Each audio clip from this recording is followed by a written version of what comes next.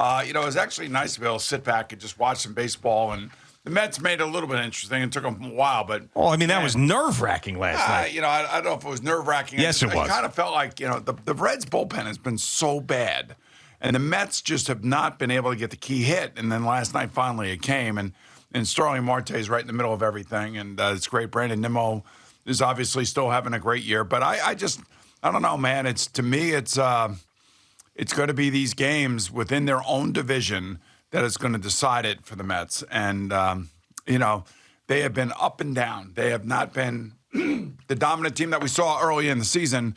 For sure, the June kind of swoon wasn't as bad as we thought it may worked out, but it has certainly been, I think, kind of like a maddening, frustrating last 3 to 4 weeks. And last night was sort of shaping up to be that as well. I mean, they had, 13 hits and 2 runs at one point in this game, and it couldn't break through, and you thought you're going to lose again to this miserable Cincinnati team. I mean, if that would have happened last night and they didn't tie the game in the 9th and win in the 10th, I mean, this entire show would be Mets fans freaking out because the Braves won again. We got a break last night. Did you think it was a fair ball? I did not at first glance, but it's just one of those over the bag, in the air situations. I mean, obviously it landed foul past the bag, but that's not what matters. But at first glance, I did not. Can we say that we got a break? Yeah, I could say so, yeah. Absolutely. I think we got a huge break, actually. It's not so bad every now and again. I was thinking if that were the Reds who are up at bat and that was called fair, we'd all be screaming this morning. I would agree with that, yes. Yeah, I mean, but that's baseball throughout the course of 162 games. Sometimes you're going to get stuff like that. Sometimes you're not. But thank goodness they did break through against that Reds bullpen, and they did what they did and ended up taking off in extra innings, because it would have been tough. It would have been really annoying. Now, you've got this series against the Marlins, 4 games before the Braves. You can't have one of these look-ahead spots. Can't have that. You can't no have that. look-ahead spots. Look-ahead spots. Don't take anything for granted. Got to zero in on these Marlins, and you got to win this series. I don't want to see a split. I want to see a 3 out of 4, and then you head hot into this Braves series, and then hopefully send a message to them heading into the All-Star break. But this was it wasn't a relaxing sit back and watch baseball last night for me. I mean, if you're a Mets fan, for the Yankees, it certainly was. Oh my God, the Yankees are 14 games in front of first place. Yeah. In first place, and that was just 14 games. Rocking chair, watch the team beat up on a terrible team. And by the way, the Houston Astros are 13 games. In their division in first place. Just end the season now, really. But it's those 2 teams. And, look, Houston is the best team right now. And I know it's easy to sit here, or not easy to sit here, to say that this morning after the Yankees, hit 2 grand slams and just absolutely pummel the Pirates. But let's face it, they're beating who they're supposed to beat. It's all going to come down to the AL Championship versus the Houston Astros. That's what I believe. That's what I'm predicting, and I think that's what everybody else is thinking. If both those teams don't make it to the ALCS, I mean, that is it's a huge disappointment for both franchises, without a doubt. I mean, they're clearly the best in the league, and that's what you expect, and that's what you want to see, and you want to see another ALCS like 17 and 19 between these 2 teams. Hopefully it goes 7 games and is as entertaining as we expect it to be. And nobody's reading the pitches in the dugout, with an iPad. Right. Yeah, no trash cans, no banging on anything, just a good old-fashioned baseball. And Hal Steinbrenner, basically said, that the Astros are the team you got to worry about, and I don't care about what happened in 2017. That's history. This is the team we got to focus on now. And he also used the word record contract. He expects a record contract to be given to Aaron Judge in order for him to stay. So things changed in a big way. Yes. With the way Aaron Judge has played, just like we expected. All right, so what is record for what? Record for baseball or record for Yankees and position players for the Yankees? Yeah. You know what I mean? Like I don't know what that means. Is it the biggest contract in Major League Baseball history, that kind of record? It could be. Or is it the biggest contract in Yankee individual player history, not counting pitchers? Yeah, I mean, Steinbrenner realizes may take record price to keep Judge. And that was his quote. So, I can't imagine it's going to be the biggest in Major League Baseball history. So what record is he talking about then? I mean, because they've already offered him the most money in the history of the Yankees for an everyday player. Mm-hmm. So that record's already been set. Yep. So is that what he's talking about? Again, there's not real clarity there. I don't know what that general statement means. Yeah, I don't know either. But obviously, it's a lot more money than they offered to him in the beginning of the year. That's for sure. I will say that given what's going on in sports and the contracts that have been given out in the NBA, the NFL, and now Major League Baseball, the NHL still trailing, just simply because it's a hard cap sport, and they're only going up $1 million. And by the way, the NHL draft, if you care, is tonight in Montreal. And there are issues there too, especially with the Russian players and whether or not they're going to be drafting any Russian players due to what's going on over in Ukraine, because Putin is actually taking young Russian hockey players and putting them in uniform and sending them away and not making them available. And it's a weird, a little bit. A little bit. Sports minute. Yeah, there was one, yeah. You guys smell that sports minute? Yeah, there was one. But the point being is, like, the money is exorbitant. It is just absolutely blowing everybody away. So if Hal Steinbrenner is saying that, I have to believe that they're thinking it's going to be, it's going to be enormous. Yeah, I mean, it has to be at this point. And also, you got to pay him $40 million a year now. Is that what we're talking about? I can't see that. $40 million for how many years, though? Because when we talk about the 8 years, $320 million.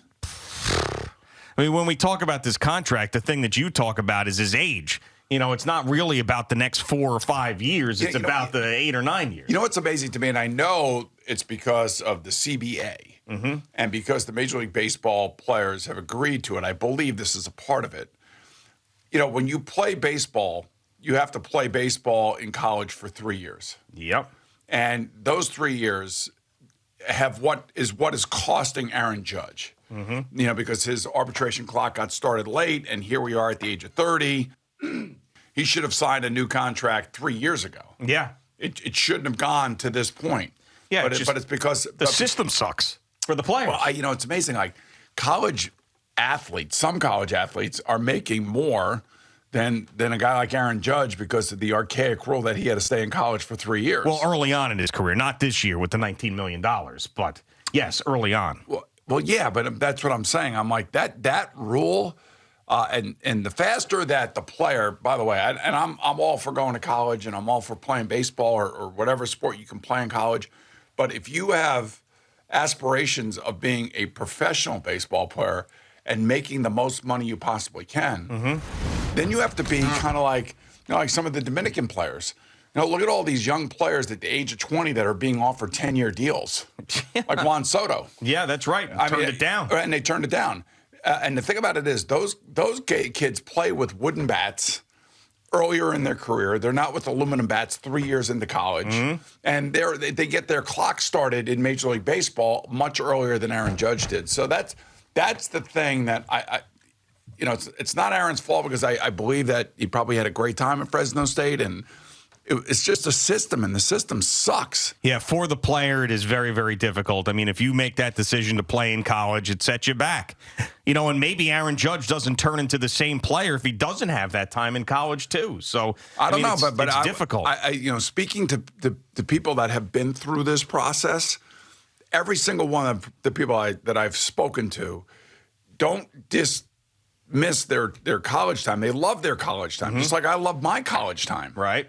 And I, at the end of my career, I played in the Citrus Bowl and separated my throwing shoulder in a meaningless bowl game.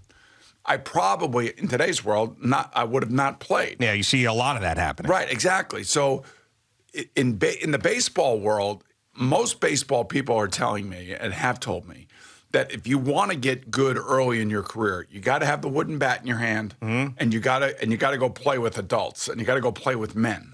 And you got to be in that arena. You got to be in that kind of environment, and you got to move up, kind of like what Alvarez is doing with the Mets right now. That is correct. So Alvarez is the guy that supposedly may save the Mets here. Who knows? He's a very confident guy. He's a catcher.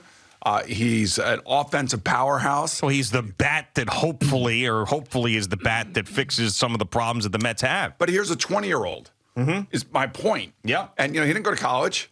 And he's had a wooden bat in his hand, I don't know for how long. Yeah. And that's the difference between potentially Alvarez becoming, and who knows if he will or not. Because I remember talking about Gary Sanchez this way. I remember talking about Aaron Judge about this. Remember when Judge was in the minors? And Absolutely. Everybody was talking about here comes the next great Yankee, here comes the next great Yankee, and they kept holding him back, and then they finally brought him up. And here he is at the age of 30, unfortunately, because of those 3 years in college. When this contract should have been signed 3 years ago, and it should have won for 10 years, and maybe it should have won for 340 to 380 million. Yeah, well, that's what it's probably going to take now if he continues on this pace. Now, remember, Aaron Judge in his history and in his career, there's not a lot of times where he plays the full complement of games or close to it. There still could be an IL stint here or something that holds him back, and it's never just him being out. It's also when he comes back, it takes him a while to rev the engines again. Well, the amazing thing to me also, amazing, it's not amazing because he's such a great athlete, is that he's playing center field. Yeah. And he's 6'6" and he's running around in center field like it's nothing. I mean, he's doing everything that the face of the Yankees should be doing. Five-tool player. And he can play anywhere. And, Aaron Boone, we'll give him days off here or there, DH him here or there, which is smart. But the guy is having a tremendous season. And I think Hal Steinbrenner recognizes that it's going to take more money, especially if he continues on this torrid pace. Well, I think everybody recognizes it now, and if Hal Steinbrenner didn't, he would look foolish when he was asked the questions yesterday. He was asked about Joey Gallo and adding a corner outfielder at the deadline, and he said it's been difficult for him, there's no doubt about it, but there's a lot of baseball left. I still expect great things from Joey Gallo. Well, he had a home run last night. You mean the pitcher hit his bat last night? Basically, yeah. I mean, it's really, yeah. It is, there's something wrong.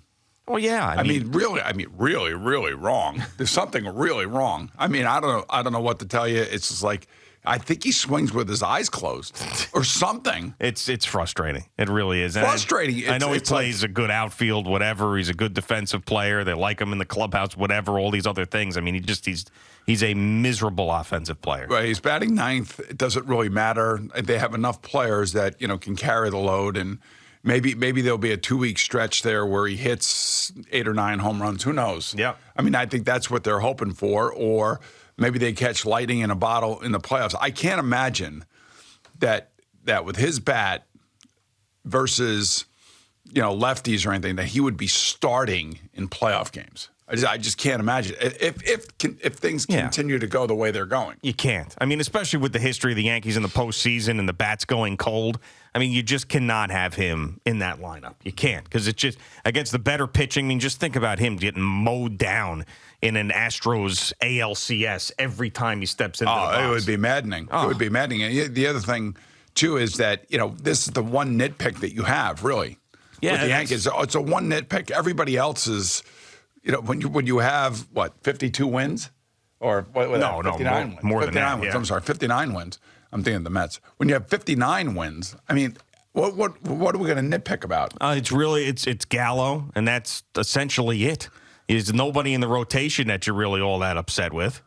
I mean, I don't know. You got to add a bullpen arm just like everybody else who's in contention. It will be about whether or not this team is built to beat the Houston Astros and then ultimately beat either the Dodgers, the Mets, the Padres, maybe I don't know, Milwaukee Brewers, depending on what they all do at the trade deadline. Who are they going to beat in the World Series? Yeah. I mean, because let's face it, you are in the midst of a historic season here. Anything less than finishing it off with a World Series is going to be really, really disappointing for Yankee fans. Oh, yeah. I mean, just like it is every year. I'm not saying that to be an ass. I'm saying that because that's the absolute God's honest truth. Well, I mean, that's their goal every year. Right, but enjoy the journey this year that they when I think about where we were in spring training and everybody's screaming about Brian Cashman and how he sucks and he didn't go get this guy, didn't go get that guy. Maybe Isaiah Kiner-Falefa has not been as great defensively as you expected. Maybe he's a little bit more offensive, but I don't know. I look at this and I'm like, he built this team. They got 59 wins. They have a 14-game lead in their division, and they're the odds-on favorite to go to the World Series for the American League. So what else? What did he do wrong? Well, if you end up losing to the Astros again, what does it all mean? That's the problem. But isn't that more the Astros players? Isn't that like the Altuves of the world, the Springers of the world, the Alvarezes of the world? But you just said it. If Verlander, I mean, like anything less than a championship would be a huge disappointment for Yankee fans. I mean, so if they don't get through Houston, it's a huge disappointment. They have what's it? Yordan Alvarez. Yep, Yordan Alvarez. Yeah, right, Yordan. So the Yankees have Aaron Judge. They have Verlander. The Yankees have Garrett Cole. I mean, they have Altuve. The Yankees have, DJ LeMahieu. Well, you sound just like Hal Steinbrenner said. We all need to be concerned about Houston. They're a very good team, but it's going to be a challenge for them too. Make no mistake. Exactly. Yeah. That's how I feel about it. But I also know that Houston right now, as we sit here, even though the Yankees have 59 wins and they beat up on the Bucks last night, Houston's the best team. They've shown it. They showed it over the last month. Yep, the Buccos. So, by the way, the Braves are right there with them. Oh, yeah. I mean, the way, what are they, 26-4 in their last 30 or something? And they're going ridiculous? for the sweep against the Cardinals now. They won last night behind Max Fried 3-0. I know. We were looking ahead to the Braves schedule. We were happy to see the Cardinals on that schedule. It hasn't really worked out that way. No, it has not. Yeah. I mean, the Cardinals, they're always competitive. I feel like they're the National League version of the Yankees. Thank you for watching. Please like, comment, and subscribe. And don't forget to hit the red bell so you're notified when we have new content.